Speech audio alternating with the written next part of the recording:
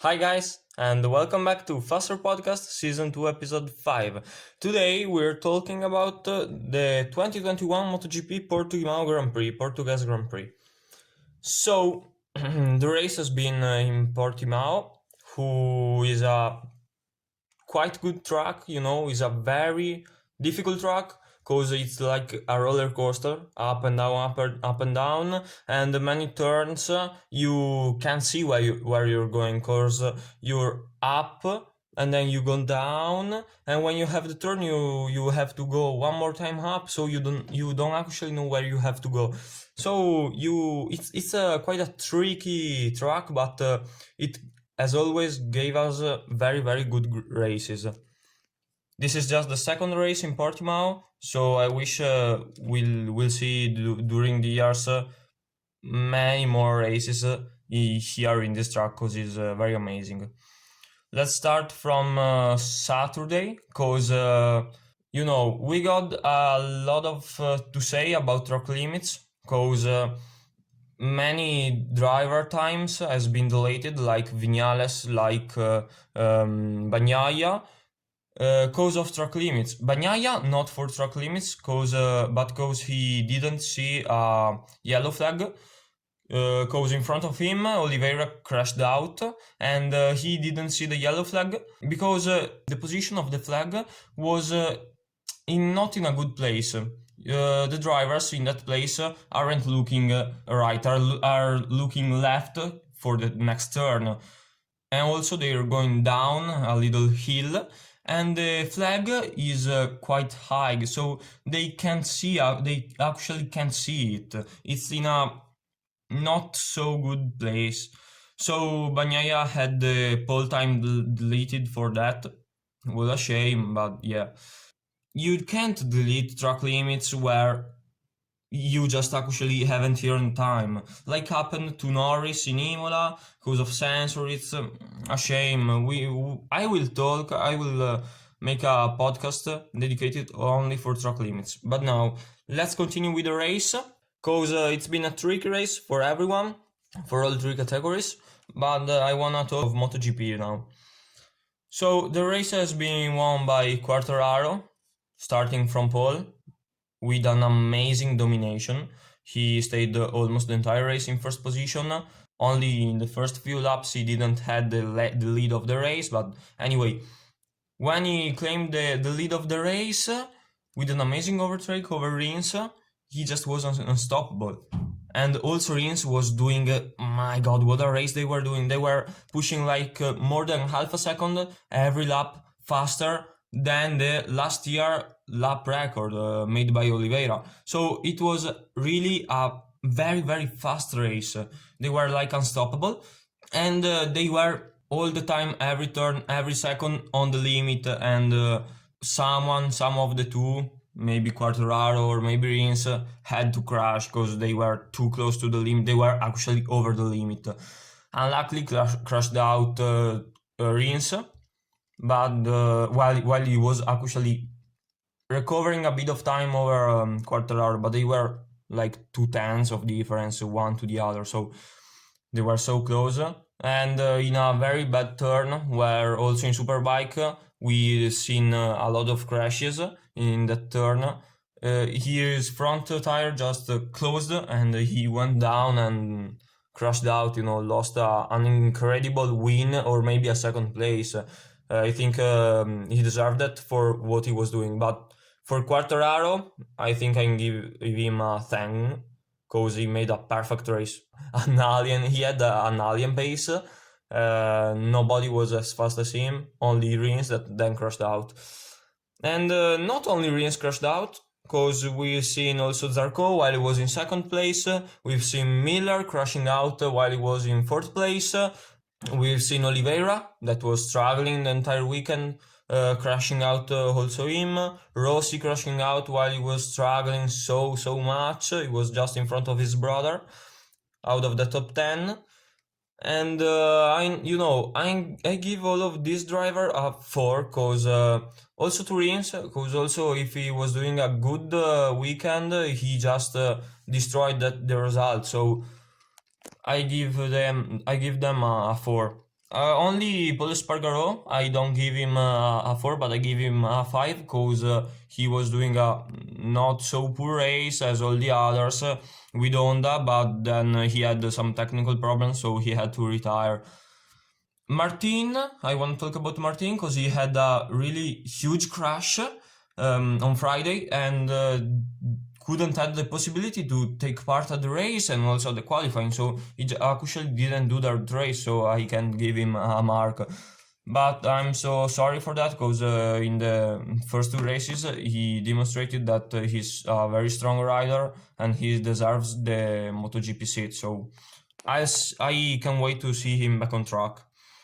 Then in second place we got Pecco Bagnaia. I give 8.5 because he actually did the pole position, but because of the yellow flag, he didn't have it longer. So he did anyway an amazing recovery, starting like P13, if I'm not getting wrong. He did an amazing recovery, and thanks to like Rins Zarco crashing out, he recovered in second place and stayed there, and so good for the World Championship. Then we got Mir in third place, who didn't shine so much, but anyway, he's coming back home with a podium, with a third place, so good for Mir. I give him an 8.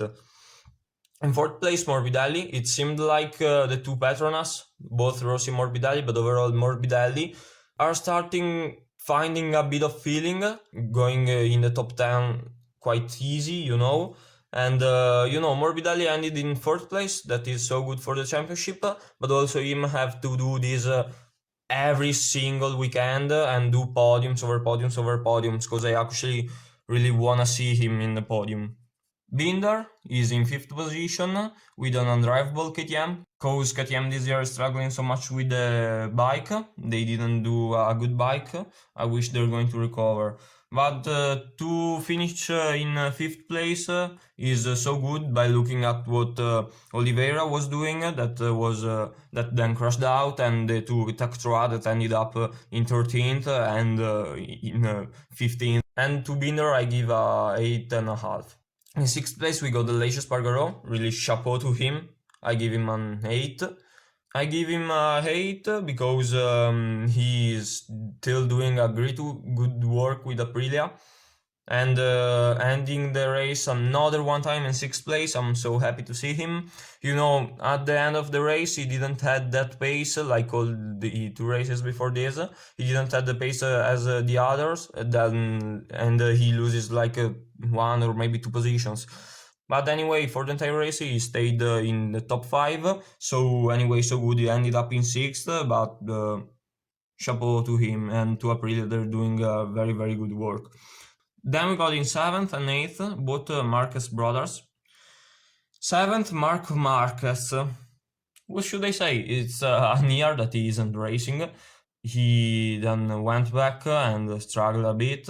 Some laps you were seeing him during the free practice that he was struggling to take the bike, to keep the bike on track.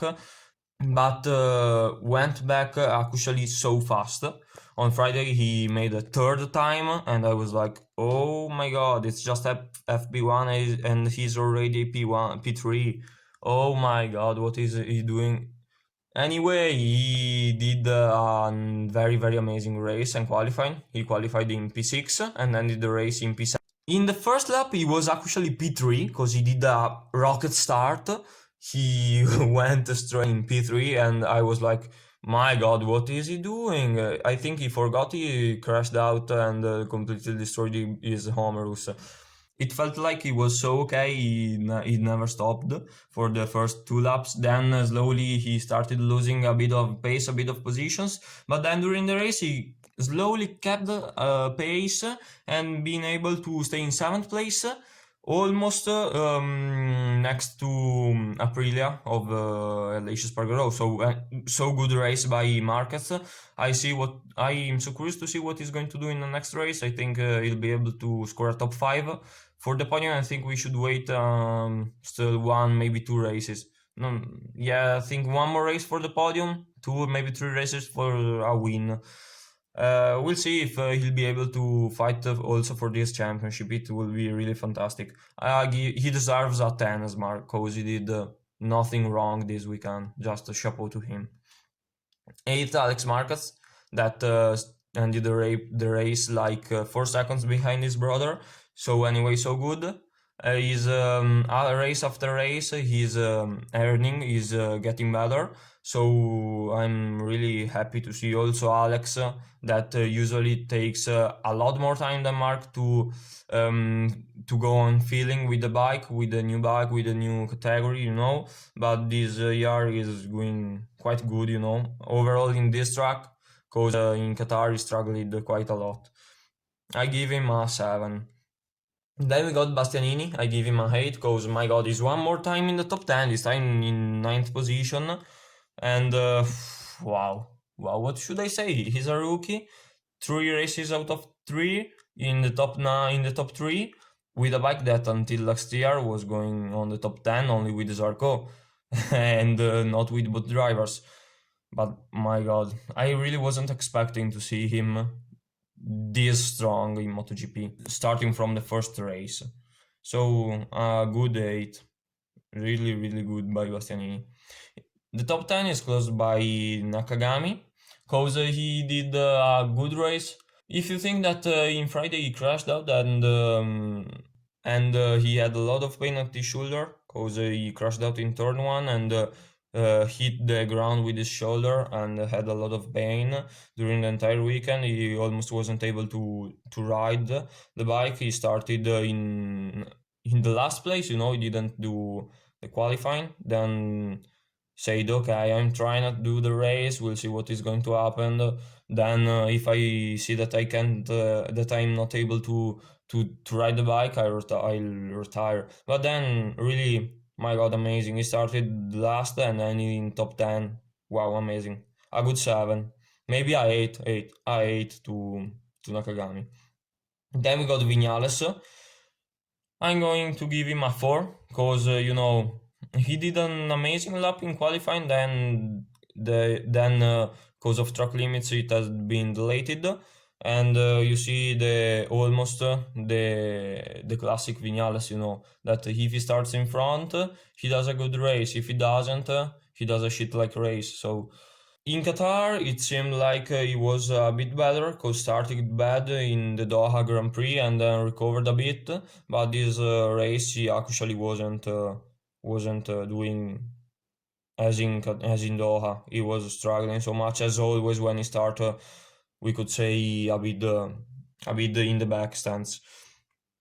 So for the rider who wants to win the championship, no, you have to make better. You know, you have to make better. Then we got Marini in 12th place with a good 6, because he's getting better also him, lap after lap, race after race, and ended up in 12th place, not too far to his teammate as in Qatar and Doha.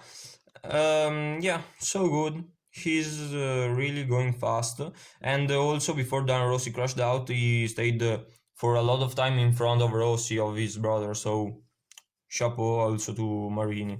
Then we got Petrucci, who's struggling a lot, guys. Petrucci is in 13th place.